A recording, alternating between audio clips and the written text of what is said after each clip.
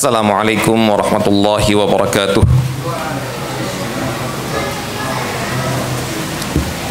Innal hamdalillah nahmaduhu wa nasta'inuhu wa nastaghfiruh wa na'udzu billahi min shururi anfusina wa min sayyiati a'malina.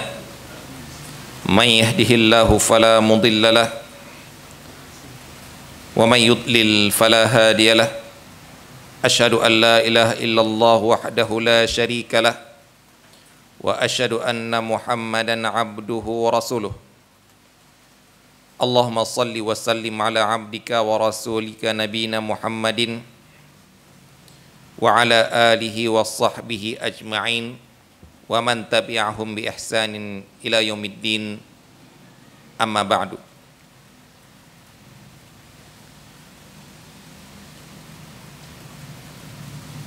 Allahumma arinal haqqa haqqan warzuqna ittiba'ah wa arinal batila batilan warzuqna ijtinabah wa la taj'alhu multabisan 'alaina fanadil. Allahumma ja'alna mimman yastami'ul qawla fayattabi'u ahsanah fa innaka waliyyu dzalika wal qadiru 'alaih. Ikhwati fid din wa akhwati fillah, rahimani wa rahimakumullah. Alhamdulillah, pada malam hari ini kita dapat melanjutkan kajian kita dalam pembahasan fikih muamalah yang kita ambil dari kitab Al-Fiqhul Muyassar, yang mana pembahasan kita masih seputar utang piutang, yaitu tentang salah satu metode memudahkan untuk pembayaran utang, yaitu yang dinamakan dengan al-hawalah,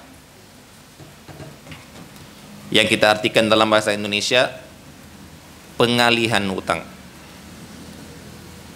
yang mana dasar dari akad ini adalah sabda Rasulullah sallallahu alaihi wasallam, idza utbi'a ahadukum ala mali'in falyatba'. Bila kamu dialihkan pelunasan utang kamu kepada orang lain, yang mana orang lain ini orang yang sanggup untuk membayarkan utang, maka hendaklah kamu beralih ke sana. Hadis ini merupakan satu kesatuan dan masih dalam satu bagian hadis ancaman bagi orang yang tidak mau membayar utang, yaitu sabda Rasulullah sallallahu alaihi wasallam, matalul ghani zulmun. Orang yang mampu bayar utang dan sudah jatuh tempo, namun dia tetap tidak mau membayar utang, masih menunda-nunda, maka dia itu adalah perbuatan kezaliman. Nah, kemudian Rasulullah sallallahu alaihi wasallam menunjukkan salah satu cara yang memudahkan untuk bayar utang, yaitu kamu alihkan utang kamu yang harusnya kau bayarkan kepada dia, agar dia menagih ke orang lain, yang mana orang lain itu juga punya utang sama kamu. Ini yang dinamakan dengan al-hawalah. Bentuk al-hawalah ini adalah yang kalau kita lihat terjadi antara tiga orang. A punya utang sama B, B punya utang sama C. Sampai situ aja, jangan C ke A lagi, nanti putar-putar di situ. A punya utang ke B, B punya utang ke C. Yang mana B nagihnya ke A, C nagihnya ke B. Nah, akhirnya si B mengatakan kepada si C, C, utang saya kamu tagih saja dari si A. Utang saya kamu tagih saja si A. Jadi si C tidak menagih ke si B, si B tidak menagih ke si A, akan tapi si C menagih ke si A. Inilah tiga orang yang ini minimal, tiga orang yang terjadinya proses al-hawalah. Baik, mari kita namakan satu persatu. Si B namanya muhil. Muhil itu orang yang mengalihkan. Si C itu muhal atau muhtal. Si C itu orang yang dialihkan. Si A itu muhal alaih, yaitu tujuan pengalihan. Berarti si B yang menyuruh si C untuk menagih ke tujuan akhir ini, yaitu ke si A. Inilah proses al-hawalah. Nah, yang dibahas dalam fikih, beberapa hukum yang berkaitan dengannya ataupun beberapa konsekuensi yang berkaitan di dalamnya. Kalau secara terjadi, jelas, gamblang sekali. Kita mungkin juga pernah mempraktekkannya dalam kehidupan kita sehari-hari. Yaitu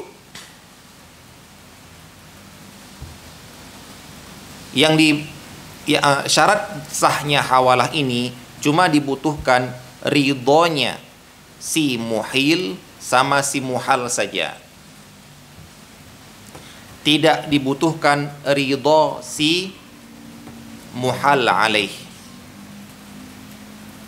Berarti yang disyaratkan ridho, yang sah kemudian hawalah, dan kalau ada yang ridho, yaitu bila si B dan si C yang ridho. Tidak peduli si A ridho atau tidak. Nah, ini. Baik, mari kita lihat. Kenapa perlunya ridho si B, si muhil ini? Di dalam pembayaran utang,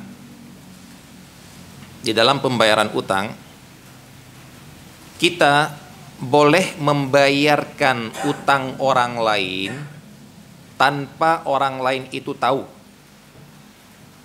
Sah pembayarannya. Jadi kita tahu teman kita punya utang, Masya Allah, dengan diam-diam kita datang kepada ke krediturnya, kita bilang, si fulan punya utang sama kamu sekian ya? Iya. Kau tahu ya, saya dengar-dengar. Baik, ini jangan tagih lagi ya. Situ tahu nggak? Nggak. Tapi ketidakridhoan dia tidak berpengaruh. Utang dia lunas. Yang berarti kalau dia datang lagi ke si kreditur ini, bilang, ini utang saya yang kemarin, dan si kreditur ini menerima, berarti dia ghasib, pencuri. Kalau kita bilang pencuri lah kita bilang. Kenapa? Karena sebenarnya dia nggak ada apa-apa lagi, tapi dia tetap menerima. Jadi memanfaatkan ketidaktahuan orang lain sehingga mendapatkan uang dari dia, itu juga termasuk salah satu mengambil harta orang tanpa hak. Maka dia harusnya mengatakan apa? Utang kamu udah lunas, nggak usah bayar lagi. Loh, siapa yang lunasin? Ada orang yang lunasin. Dia bilang nggak usah ngasih tahu siapa. Ya si debitur ini nggak boleh, dia bilang nggak mau, saya nggak ridho, nggak butuh ridho kamu, utang kamu lunas. Kalau kamu tetap mau bayar, jangan ke saya, sana sedekahkan sana. Nah, istilahnya seperti itu. Jadi untuk uang si pengutang, si yang berutang yaitu debitur ini boleh dibayarkan tanpa izin. Namun untuk piutang orang lain tidak boleh menagih tanpa izin. Jangan mentang-mentang kita ingin berbaik kepada teman kita, ada orang yang punya utang sama dia, mana utang teman saya itu, mana gitu. Nggak boleh. Yang ini perlu izin, perlu perwakilan. Karena apa? Karena bisa saja si kreditur itu telah memaafkan tanpa kamu ketahui, udah nagih-nagih ternyata sudah dimaafkan. Lu ngapain nagih? Saya sudah maafkan kok. Ya, berarti jadi perampas kita. wakil bukan, tapi kita sudah melakukan kerjaan orang lain yang tidak diperbantukan ke kita. Nah, ini perhatikan yang seperti ini. Nah, jadi dalam proses hawalah ini perlu ridhonya si B, yaitu seperti seakan-akan dia mengatakan, tagihkan utang saya ke si A. Cuma dalam proses hawalah yang menagih siapa? Yang krediturnya si B. Nah, sebenarnya dia bukan menagih hutang dia, tapi sedang menagih hutang saya, tapi disuruh tagih ke si A. Baik. Si C juga perlu ridho. Kenapa? Karena dia terkadang dia akan melihat, C, utang saya sama kamu tagihkan ke si A saja ya, karena si A juga punya utang sama saya, utang yang sama dan juga sudah jatuh tempo. Kemudian si C lihat, oh kalau dia saya nggak mau. Dia itu saya sudah kenal bagaimana orangnya, bagaimana sulitnya, bagaimana ini. Dia aja kalau minta utang sama saya nggak ngasih. Saya tetap tagihnya ke kamu wahai B. Maka ini diperlukan ridhonya si C. Berarti kalau dia nggak ridho, tidak terjadi. Si B tetap wajib bayar ke si C. Nah, si A gimana? Kok boleh? Kok boleh? Ataupun sah akad hawalah, boleh si C menagih ke si A tanpa si B minta izin dulu sama si A. Misalnya gini, A, utang kamu ke saya itu kamu bayarkan ke si C aja ya. Karena saya juga punya utang ke si C. Sehingga kita nunggu, oh nggak mau saya, kata si A misalnya. Oh kalau kamu nggak mau ya nggak usah apa-apa, berarti kamu tetap bayar ke saya. Nah, ini nggak berlaku. Nggak perlu si B bilang minta izin sama si A untuk sah akad hawalah. Kenapa? Ya ini yang kita harus perhatikan, wahai para debitur, wahai orang yang punya utang. Tugas kamu itu membayar, tidak peduli siapa yang nagih. Baik yang nagih si B atau yang nagih si C yang sudah diizinkan oleh si B, atau yang nagih si F atau si E yang si D yang juga diutus oleh si B, atau yang nagih si F yaitu ahli warisnya si B misalnya. Tuh kamu nggak boleh ngeyel. Kamu tetap tugas kamu bayar. Selama bisa dibuktikan kamu itu adalah wakilnya atau perpanjang tangan dari kreditur saya, maka saya akan melunasinya. Walaupun bukan kamu langsung yang nagih, ini harusnya. Jadi si B itu gak perlu ridho kamu, tugas kamu bayar. Sudah sampai tempo, sudah bayar. Saya bukan berutang ke kamu. Ini bukti si B ngalihkan utangnya ke saya. Ini bukti si B perjanjiannya, kalau maksudnya butuh perjanjian pakai materai ataupun videonya tunjukkan sama dia, intinya kita buktikan. Ataupun si B yang telepon, utang kamu lunasi ke si C ya. Nggak boleh si A bilang nggak mau saya utangnya kan saya sama kamu. Nggak boleh. Karena apa? Karena ridhomu tidak diperlukan di dalam akad ini. Tugas kamu cuma membayar siapapun yang menagih utang kamu. Baik. Nah ini dari proses hawalah ini akhirnya kita bisa mengetahui tentang tugas masing-masing. Jangan menuntut sesuatu yang bukan kewajibannya. Nah, kamu tidak wajib minta izin sama saya, jangan dituntut kamu harus minta izin sama saya dulu. Enggak. Baik. Kemudian di antara syarat sahnya melakukan hawalah di sini adalah kesamaan utang. kesamaan utang yang ditagih. Utang A ke B ya rupiah, utang B ke si C ya rupiah. Kemudian kesamaan juga jatuh temponya. Utang A ke si B sudah jatuh tempo, utang B ke si C sudah jatuh tempo. Jangan sampai si C menagih ke si A di mana si A belum jatuh tempo untuk bayar ke si B. Intinya di sini dinamakan adalah kesamaan utangnya agar tidak terjadi percekcokan. Nah, itu bukan utang saya nggak akan bayar segitu. Utang saya kan pakai rupiah. Maka ngapain kamu suruh saya alihkan ke dolar? Ngapain kamu nagih saya kan masih 1 bulan lagi jatuh temponya. Nah, berarti di sini si C ketika dialihkan oleh si B harus benar-benar mengecek bahwasanya utangnya sama atau tidak, sudah jatuh tempo atau tidak. Baik. Apabila sudah terpenuhi syarat ini,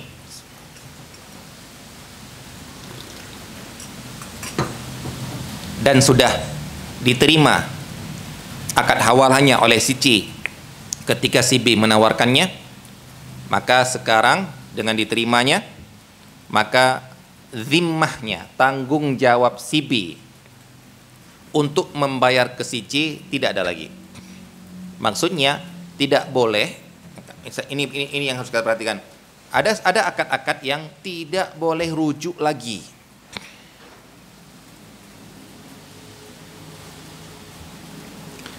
Ada akad-akad yang tidak boleh rujuk lagi. Apa itu? Contohnya dalam hal memaafkan utang. Kalau kamu sudah menerima, sudah menyatakan, sudah ridho, maka kamu tidak boleh maaf ya, nggak jadi ya, nggak boleh. Ada akad-akad yang seperti ini. Jadi termasuk diantaranya utang. Jadi kalau Anda sudah mengatakan kepada seseorang, sudah melakukan akad dengan dia, yaitu akad untuk membebaskan dia dari utang. Utang kamu sudah saya maafkan. Namanya ibra'. Ibra' itu membebaskan dari utang. Dia masuk ke dalam hadiah sih, dia masuk ke dalam hadiah.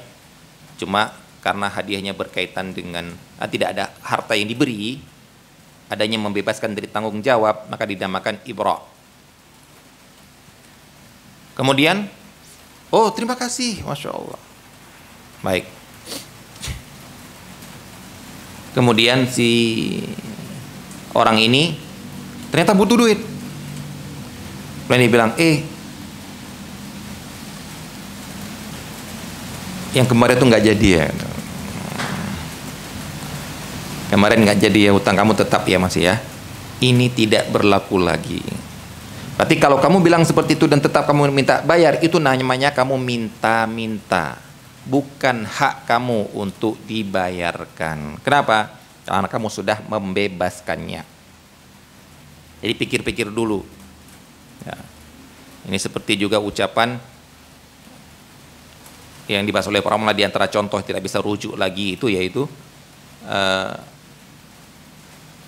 ucapan pemaafan dari ahli waris terhadap kisos orang tuanya.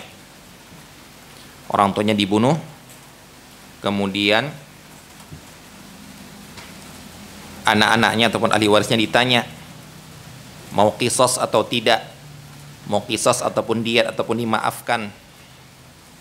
Maafkan gratis ataupun maafkan kemudian harus bayarnya diat.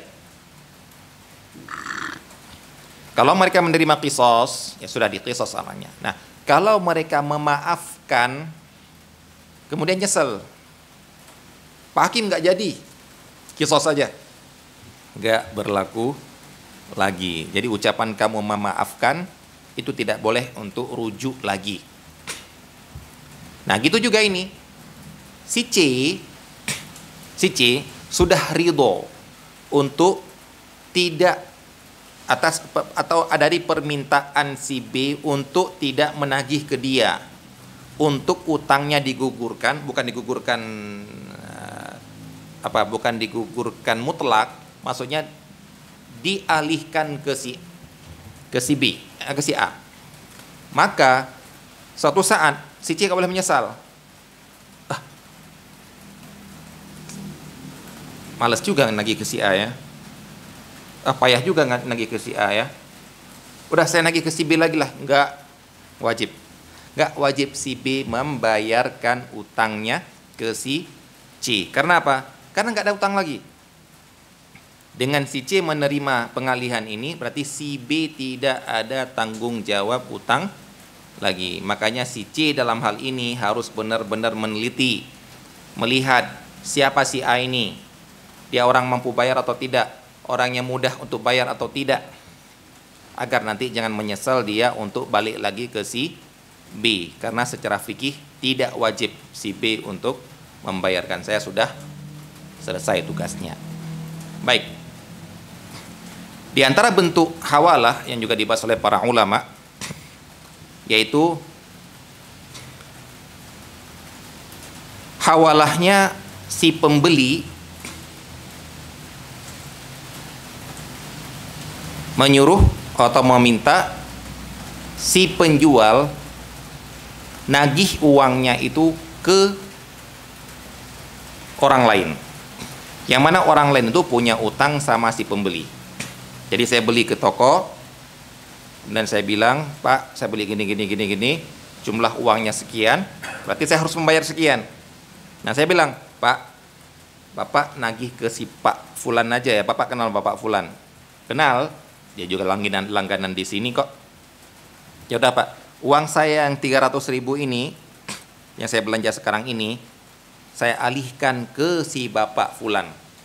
Kenapa? Karena Bapak Fulan punya utang sama saya juga 300.000. Kemudian si penjual mengatakan menerima, oh siap, kita minta tanda tangan Bu, minta bukti Bu, ataupun minta videonya biar jelas. Baik. Nah akhirnya sekarang si pembeli ngambil saja, tidak membayarkan, karena bayarannya akan dialihkan ke si Bapak Fulan. Baik. Begitu juga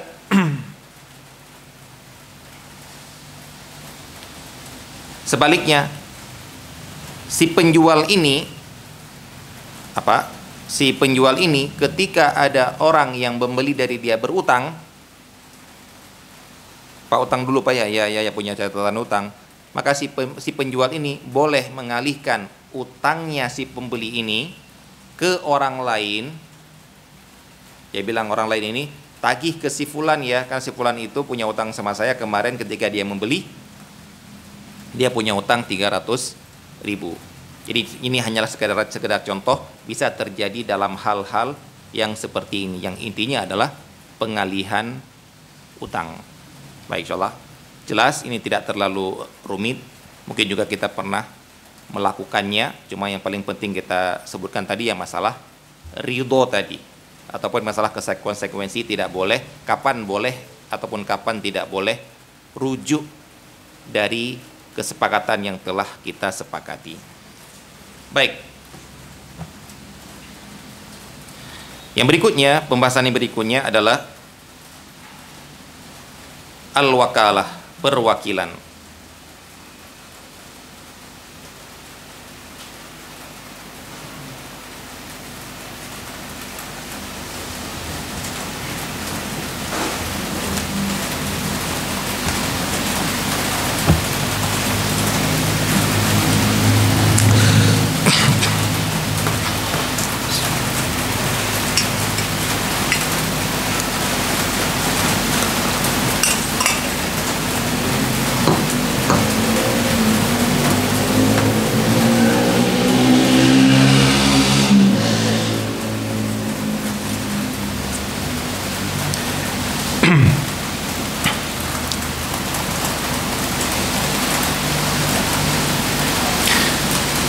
Akad perwakilan.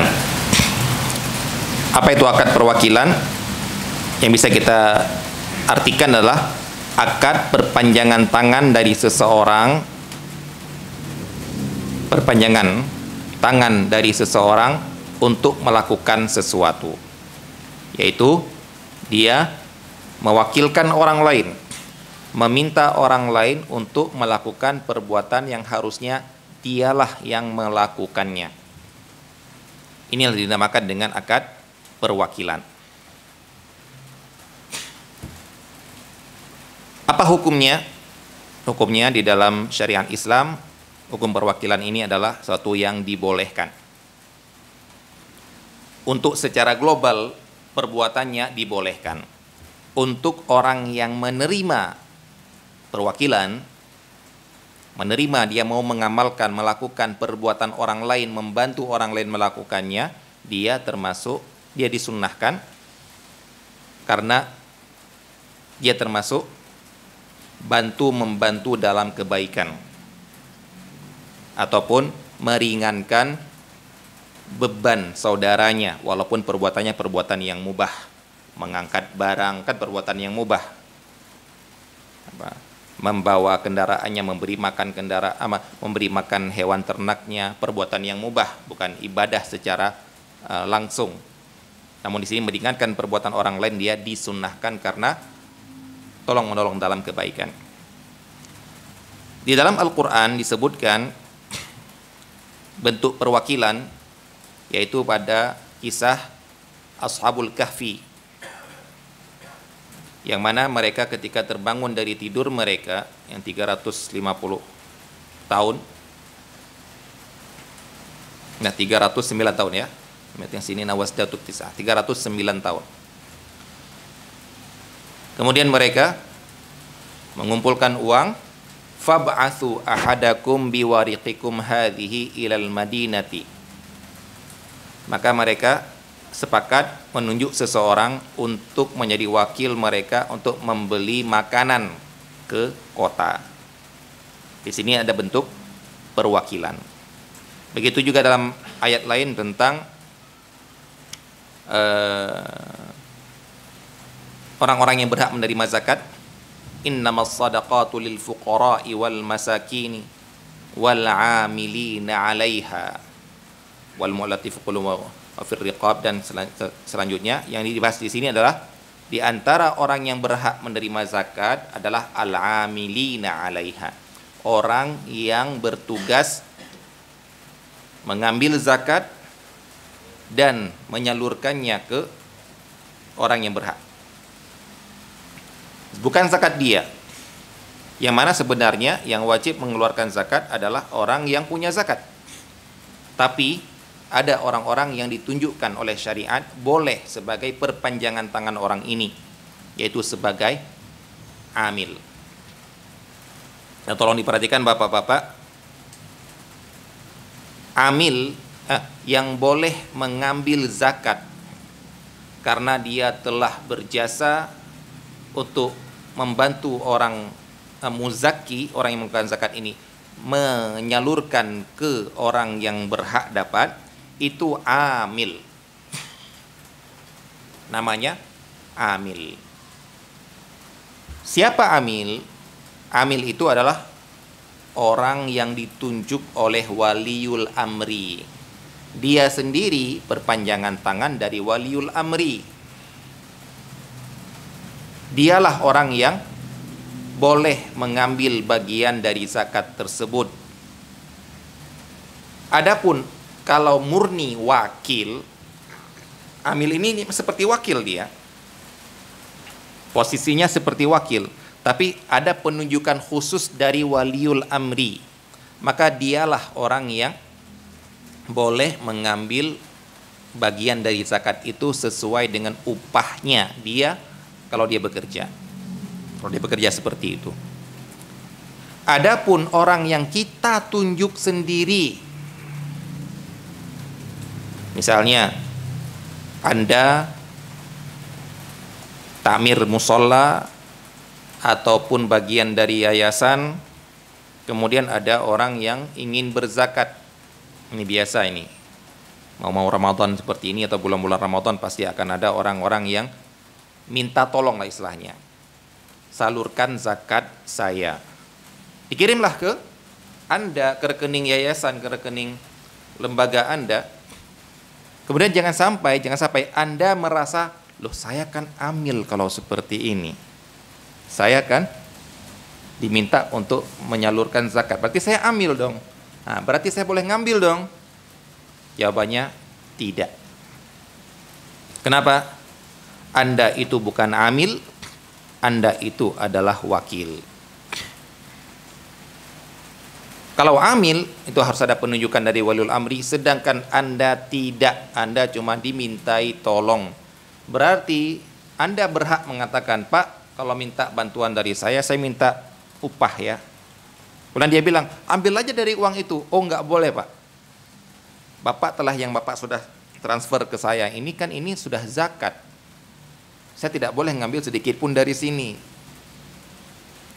Namun Bapak minta saya salurkan, saya siap, saya punya sekian ratus orang fakir miskin. Saya punya daftarnya.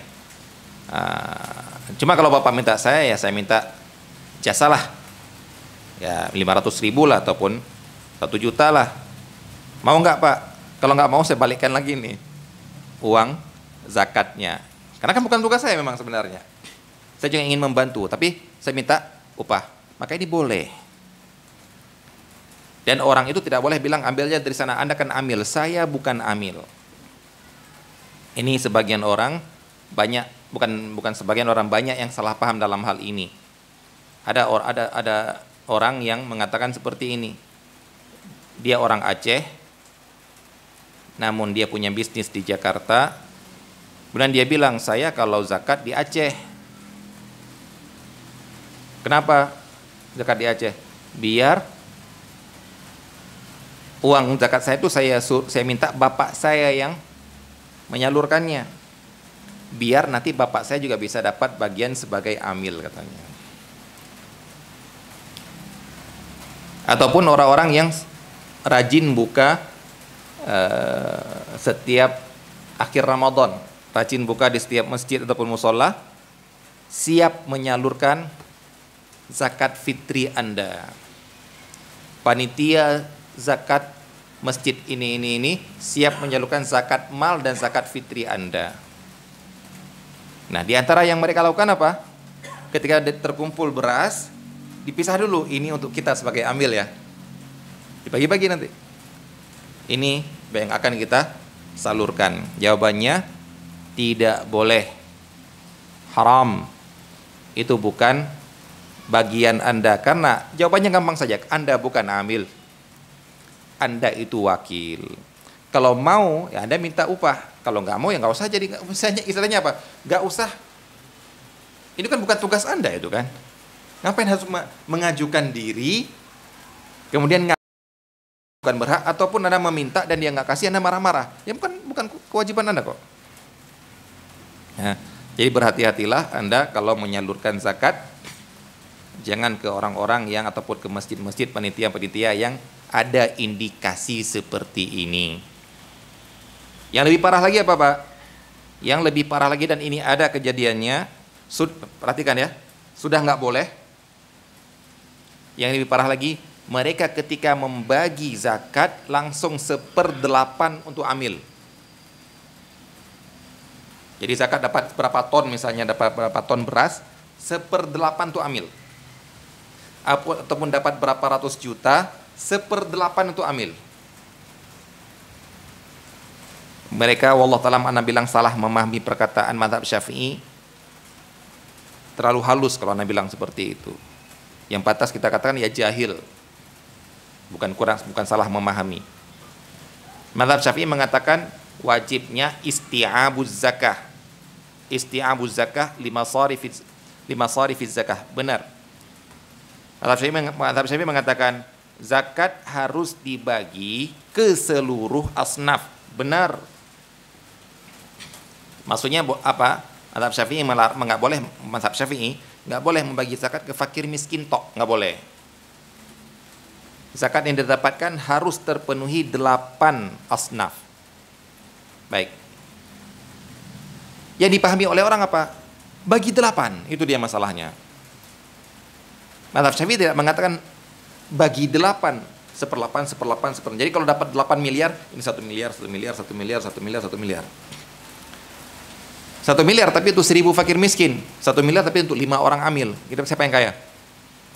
Ya sudah. Enggak seperti itu.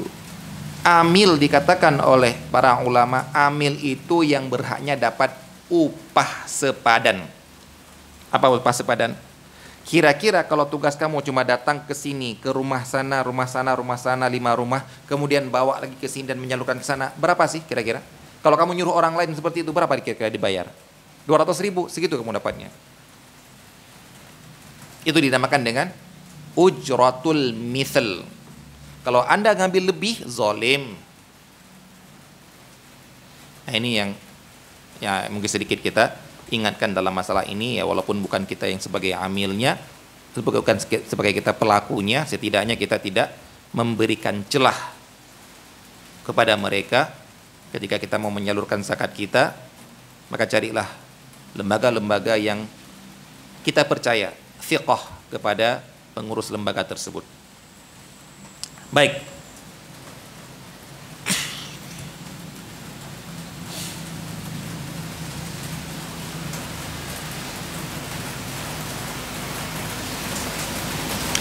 Begitu juga diantara yang dicontohkan dalam hadis, insyaallah yang sudah kita tahu semua, kisah Rasulullah sallallahu alaihi wasallam meminta Urwah Al-Bariqi untuk membelikan kambing. Uangnya uang Rasulullah 1 dinar, minta Urwah Al-Bariqi membelikan kambing. Nah, akhirnya dia membeli, ternyata dapat 2 ekor, padahal biasanya harganya 1 dinar dapat 1 ekor, dia dapat 2 ekor, yang 1 ekor dijual. Akhirnya yang balik kepada Rasulullah adalah satu ekor kambing dan 1 dinar. Itu ada pembahasan khusus, itu juga ada pembahasan khusus tentang segala perbuatan wakil. Ini kan wakil itu harus merupakan yang paling maslahat bagi orang yang mewakilkan. Baik.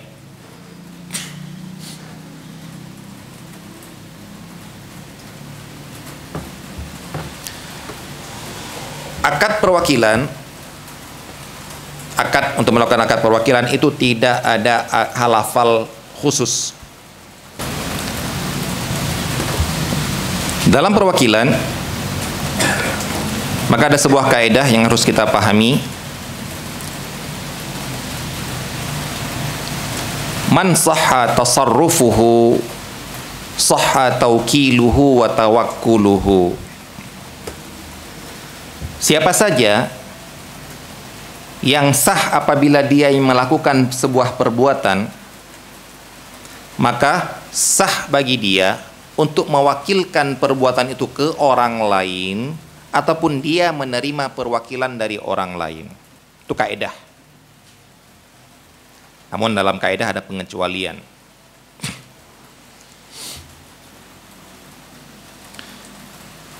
Gimana maksudnya? Saya secara persyaratan menurut syariat, bila sah bagi saya untuk melakukan perbuatan ini, perbuatan X ini, maka sah bagi saya untuk menyuruh orang lain menjadi wakil saya untuk melakukannya. Jadi saya sah untuk menyuruh, kalau memang saya sah untuk melakukan untuk diri saya sendiri. Dan begitu juga saya sah untuk menjadi wakilnya orang lain untuk melakukan perbuatan X ini. Baik, contohnya, saya sah untuk menjadi wali nikah anak saya. Baik, secara syarat-syarat wali, Islam, balik, berakal, merdeka, adil, adalah gitu. Maka saya boleh untuk menikahkan anak saya. Baik, berarti saya boleh untuk meminta orang lain menjadi wakil saya untuk menikahkan anak saya. Ya, perhatikan ini. Berarti seorang ibu, misalnya suaminya udah meninggal. Seorang ibu tidak boleh menjadi wali untuk anak perempuannya. Berarti dia nggak berhak menunjukkan orang lain, Pak, Bapak jadi wali anak saya ya. Nggak berhak. Anda memilih, Anda menunjukkan, nggak berhak. Karena apa? Ya Anda sendiri nggak boleh jadi wali. Gimana Anda nyuruh orang lain? Baik. Begitu juga ketika saya boleh untuk menjadi wali nikah sebagai diri saya sendiri, maka saya boleh untuk mewakili orang lain untuk menjadi wali. Jadi istilahnya kalau Anda mau meminta orang lain menjadi wakil Anda, cari orang yang memang pantas dia menjadi wakil dalam perbuatan, menjadi orang yang berbuat perbuatan itu. Jadi kalau ketika ada orang datang ke saya, Ustaz, jadi wakil saya ya untuk menikahkan anak saya ya.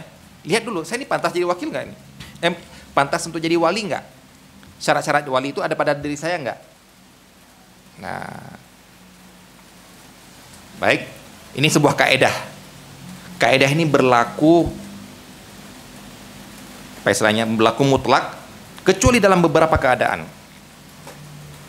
Nah, di antara yang disebutkan oleh para ulama yaitu kecuali dalam kasus talak. Kalau talak, Anda nggak berani ngomong di depan istri Anda misalnya, Anda wakilkan orang lain, dia mentalak istri Anda, boleh nggak? Boleh. Loh, boleh kan? Mas, baik. Orang ini sah nggak ucapan talak dia? Seandainya kalau dia ucapkan ke istri dia, sah. Berarti saya boleh mewakilkan dia untuk mentalak istri saya atas nama saya. Bisa diperhatikan ya? Coba kaidah ini coba dipakai. Saya boleh jual beli nggak?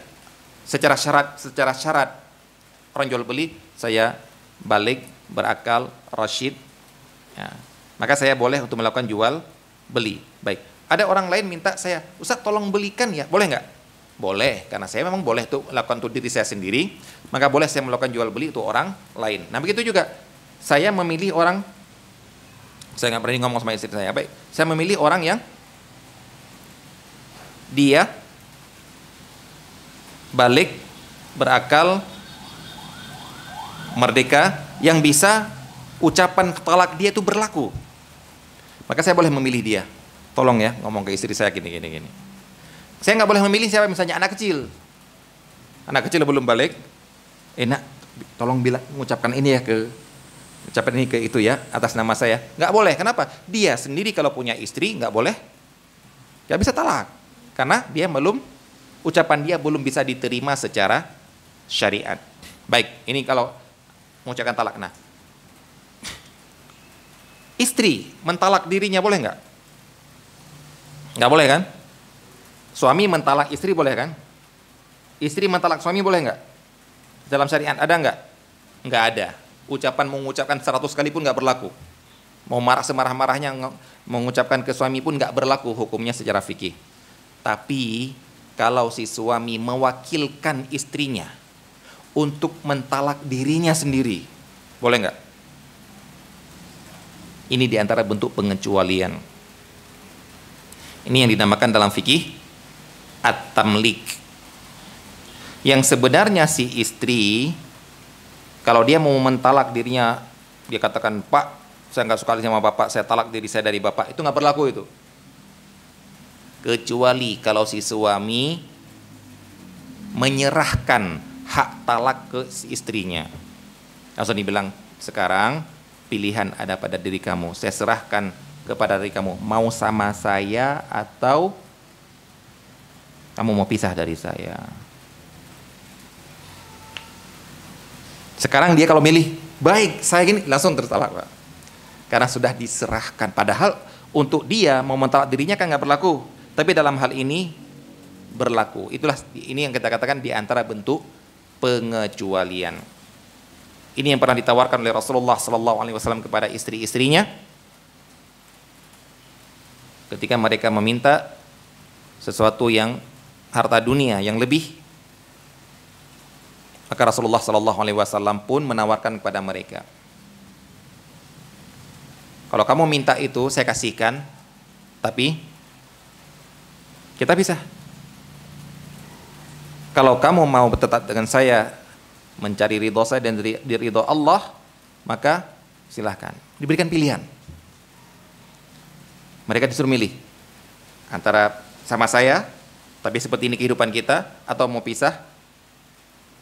Dan Rasulullah SAW mengatakan kepada Siti Aisyah, karena beliau yang paling muda, gak usah tergesa-gesa dalam memilih, minta musyawarah dulu sama orang tua.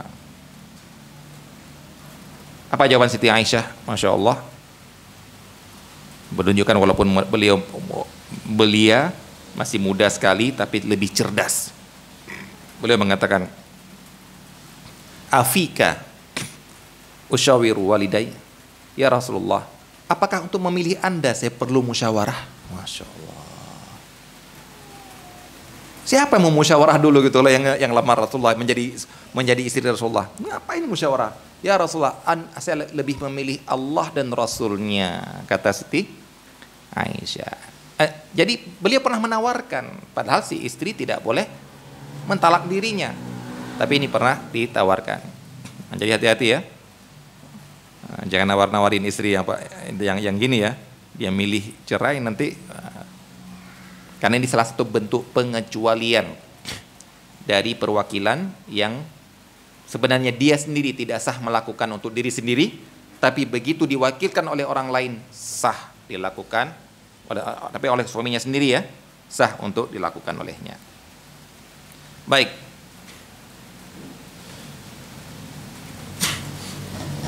Perbuatan-perbuatan yang boleh untuk diwakilkan. Jadi tidak semua perbuatan boleh untuk diwakilkan.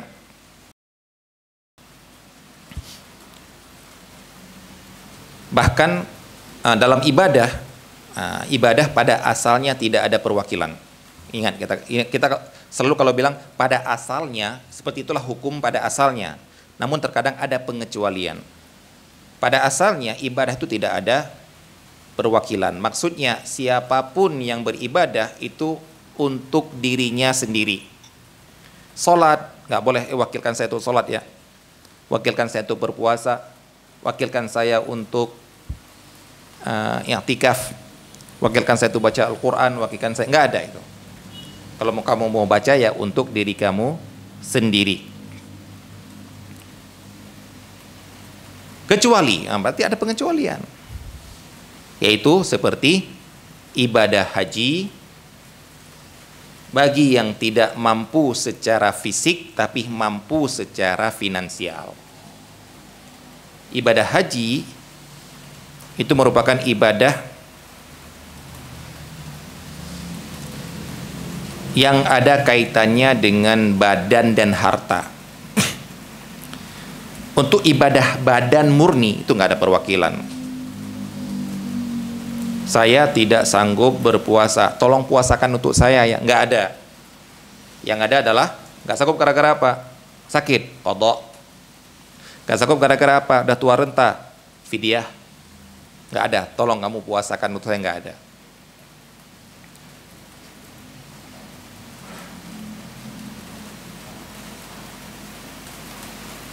Kalau ibadahnya ibadah harta murni, kalau tadi ibadah badan murni, kalau ibadah harta murni itu boleh diwakilkan. Contohnya apa? Menyalurkan zakat. Anda, harta Anda, tapi yang ngasihkan dia, boleh. Menyalurkan kafarat, menyalurkan fidyah, boleh. Karena ini ibadahnya dalam bentuk harta murni, yang penting sampai. Mau saya yang nyampaikan, mau dia yang bawakan, itu terserah. Nah, untuk haji merupakan ibadah yang berkaitan dengan keduanya. Karena secara khusus haji disebutkan di dalam Al-Quran dan dalam hadis, manistata'a ilaihi sabila. Bagi orang yang mampu menuju ke sana. Dan untuk menuju ke sana butuh harta. Apa Apa paling harta? Yaitu nafkah perjalanan ke sana dan kendaraan untuk menuju ke sana. Baik. Nah, sekarang ada orang harta banyak akan tapi sudah sepuh, nggak sanggup untuk berangkat haji, badannya udah nggak sanggup berangkat haji, nggak sanggup duduk, nggak sanggup naik pesawat, nggak sanggup naik bus, nggak sanggup naik kendaraan. Wajibkah dia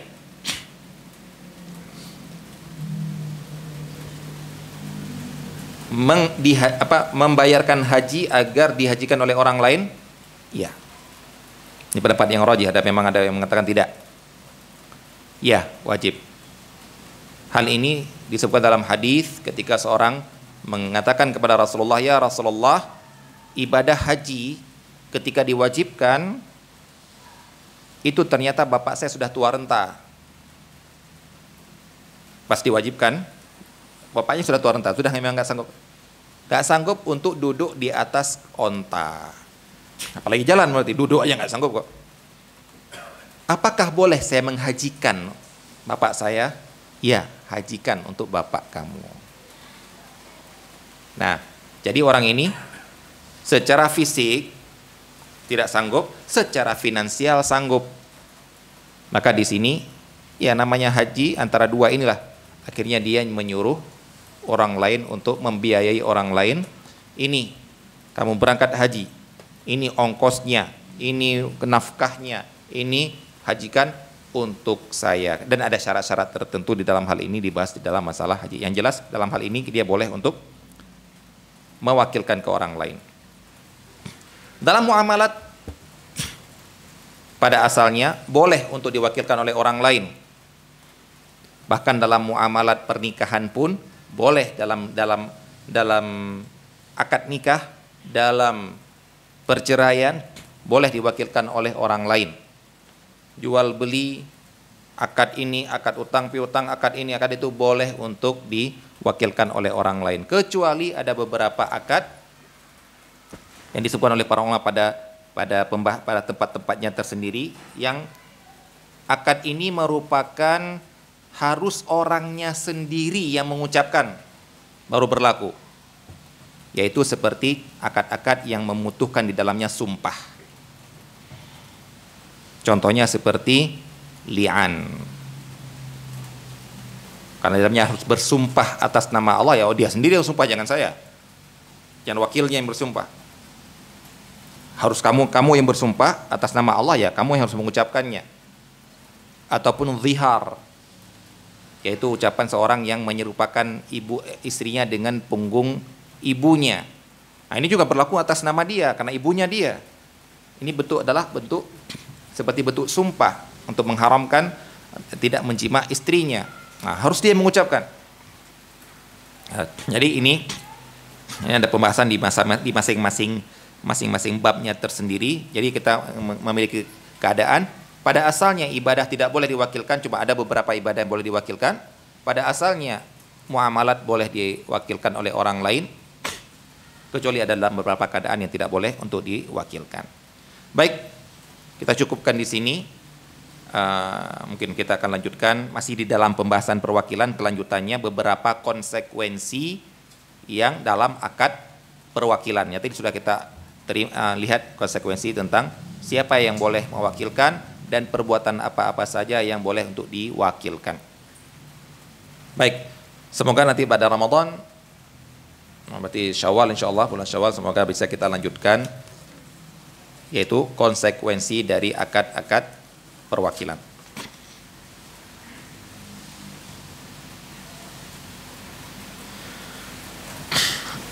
Baik, ada pertanyaan, Ustadz, apakah syariat menggantikan utang puasa wajib oleh anak untuk almarhum ortu yang kebetulan sakitnya bukan yang pelupa ataupun hilang ingatan? Baik, ini ada dua sisi. Yang pertama, kapan wajib qadha? Ini kalau memang sakitnya sakit yang bukan sakit menaun, bukan sakit yang tidak akan mungkin sembuh. Kalau sakit menahun yang kata ini nggak akan sembuh, tinggal nunggu mati aja, dan dia tidak boleh untuk berpuasa.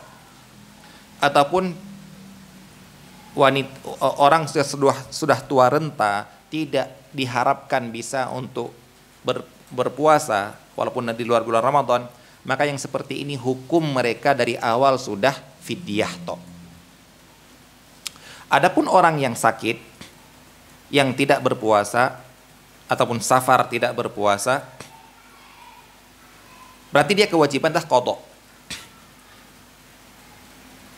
Kalau dia punya kesempatan untuk mengqadha tapi belum mengqadha, karena boleh ditunda qadha itu. Kalau berbuka puasanya karena uzur yang dibolehkan syariat. Wanita haid boleh nggak puasa, nggak qadha dulu sampai Sya'ban ke depan, boleh. Orang yang berbuka gara-gara sakit, orang yang tidak puasa gara-gara sakit, gara-gara safar, boleh gitu. Tapi orang yang berbuka puasa dengan sengaja, kewajiban yang pertama adalah taubat. Maksudnya apa? Jangan merasa perbuatan kamu ini benar. Sekarang ada orang yang lancang, dia udah berbuat seperti itu, akhirnya dia merasa dengan saya qadha aja udah selesai. Enggak, tobat dulu kamu, karena ini dosa besar. Setelah itu baru qadha. Qadha itu pun harus segera. Tanggal 2 Syawal langsung qadha. Karena ini merupakan perbuatan maksiat yang kamu lakukan, pelanggaran. Baik. Kalau orang yang tadi sakit punya utang 5 hari, ternyata dia meninggalnya di bulan Muharram dan belum diqadha gara-gara masih ditunda. Yang seperti ini boleh diqadha oleh kerabatnya, oleh ahli warisnya. Sabda Rasulullah SAW, man mata wa alaihi siyam sama anhu waliyu. Orang yang meninggal dan punya kewajiban puasa, qadha puasa, maka dia dipuasakan oleh kerabatnya. Cuma pertanyaannya, wajib enggak? Syekh Utsaimin mengatakan tidak wajib. Tapi kalau mereka mau silakan. Yang wajib adalah ambil dari hartanya untuk bayar fidyah. Adapun kalau dia, orang tadi wajib 5 hari qadha, tanggal 2 Syawal meninggal, nggak sempat dia qadha, tidak punya waktu kesempatan untuk mengqadha. Tanggal 1 Syawal meninggal, ditabrak ataupun keluarganya wajib qadha nggak? Tidak juga wajib bayar fidyah. Kenapa? Tidak ada kesempatan untuk qadha. Ya seperti ini ya. Kalau yang mau ditanyakan, apa kalau tanya wajib atau tidak? Nah ini pilihannya. Baik. Jadi dilihat sakitnya dulu, kemudian dilihat tentang mengqadhakannya juga.